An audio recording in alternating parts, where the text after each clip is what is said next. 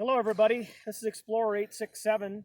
Today's the first day of the rest of your life, so get out and enjoy it. Get out and see something new. Today we're out in the desert of Eastern Oregon, and we're just about 30 miles from Burns, Oregon, towards Bend. What you see behind us here is a civilian conservation corps.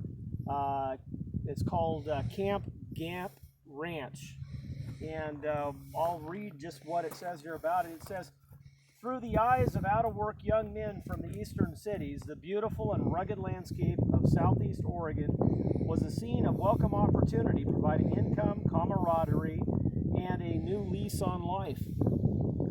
Hearty food, hefty work, and heavy sleep were the daily routine at Camp Gap Ranch. The camp was patterned after military installations run by the U.S. Army, but these men carried hand tools, shovels, and saws rather than weapons. Corps members labored to build fences, roads, drill wells, cut juniper timber fence posts for the U.S. Grazing Service. Through hard physical labor and teamwork, the hallmarks of life at Camp Gap Ranch, these men made their marks on the landscapes and the history books."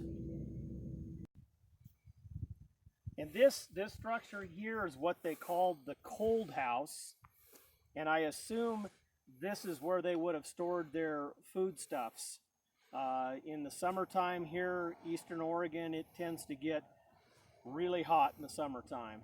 This would also act as a insulating structure from the cold temperatures in the wintertime, and it does get cold out here in the winter. So we can take a look inside here.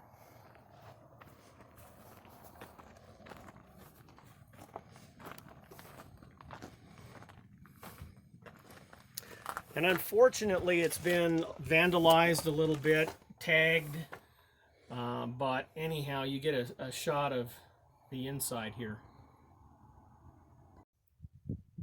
This structure here behind me, this was a water tower originally, and the tank, there used to be a large tank that would sit up on top of that platform, and then it had a railing that went around it. You'll notice all these rock around the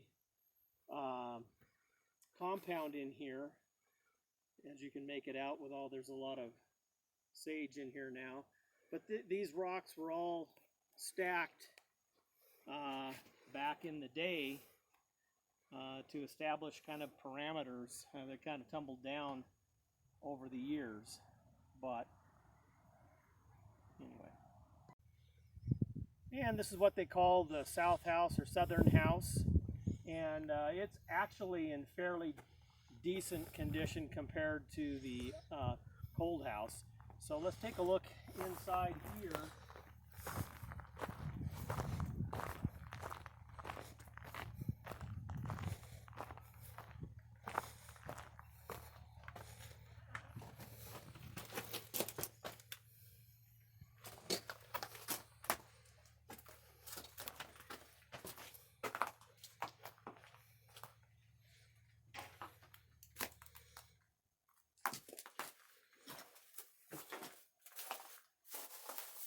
So I'm not sure what this was actually used for, but I mean they don't say, but it was for that course. So I assume it could have been anything from living quarters at that time, or it could have been for livestock.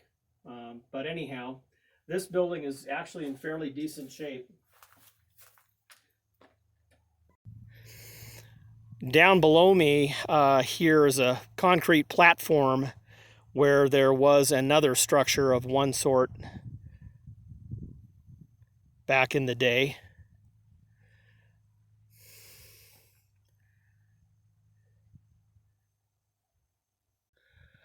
And you can see out there about the middle of the screen, there's a hand-stacked rock wall that runs the perimeter of what was the compound.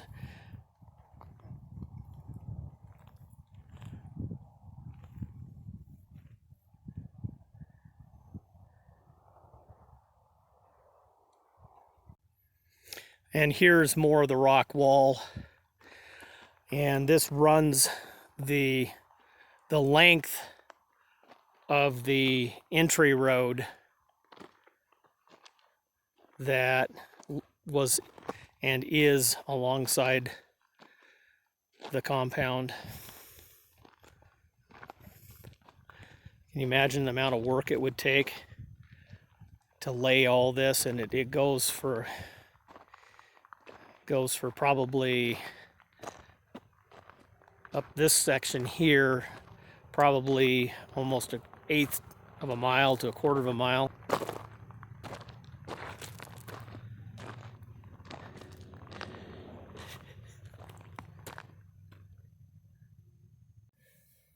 This is an aerial photo when the camp was operational, taken in sometime between, it says, 1936 and 1942.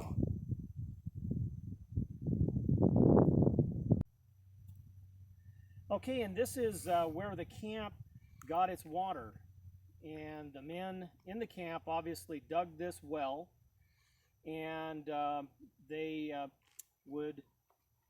pumped it via wind power, and it went downhill to where the water tank was. We showed you the framework where the tank used to sit. Its gravity was gravity fed down to that point. It's kind of interesting. I don't know if you can make it out on the tail of what was the windmill up there, but it says F&W was the company, and they are or were in Kindleville, Indiana, USA.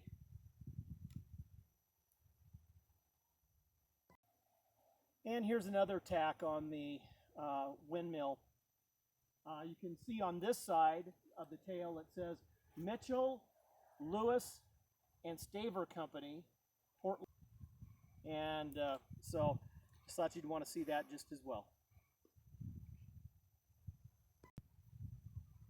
I sure appreciate you watching the videos. If you like the videos, click on the thumbs up, click on the subscribe button, click on the bell. You'll get the latest videos as I release them. And I sure look forward to seeing you in the great outdoors.